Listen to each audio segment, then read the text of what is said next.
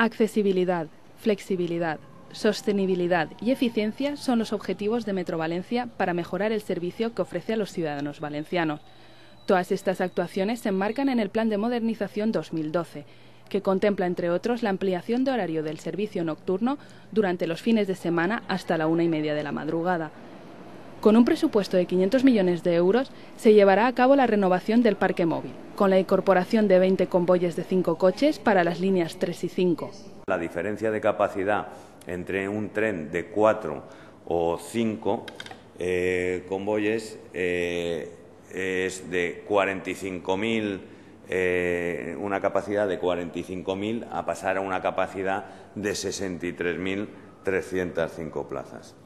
Además, Metro Valencia también mejorará la accesibilidad con el fin de facilitar los desplazamientos a las personas con movilidad reducida, y la sostenibilidad se garantizará gracias al desarrollo de actuaciones específicas en todos los ámbitos de la gestión de la empresa.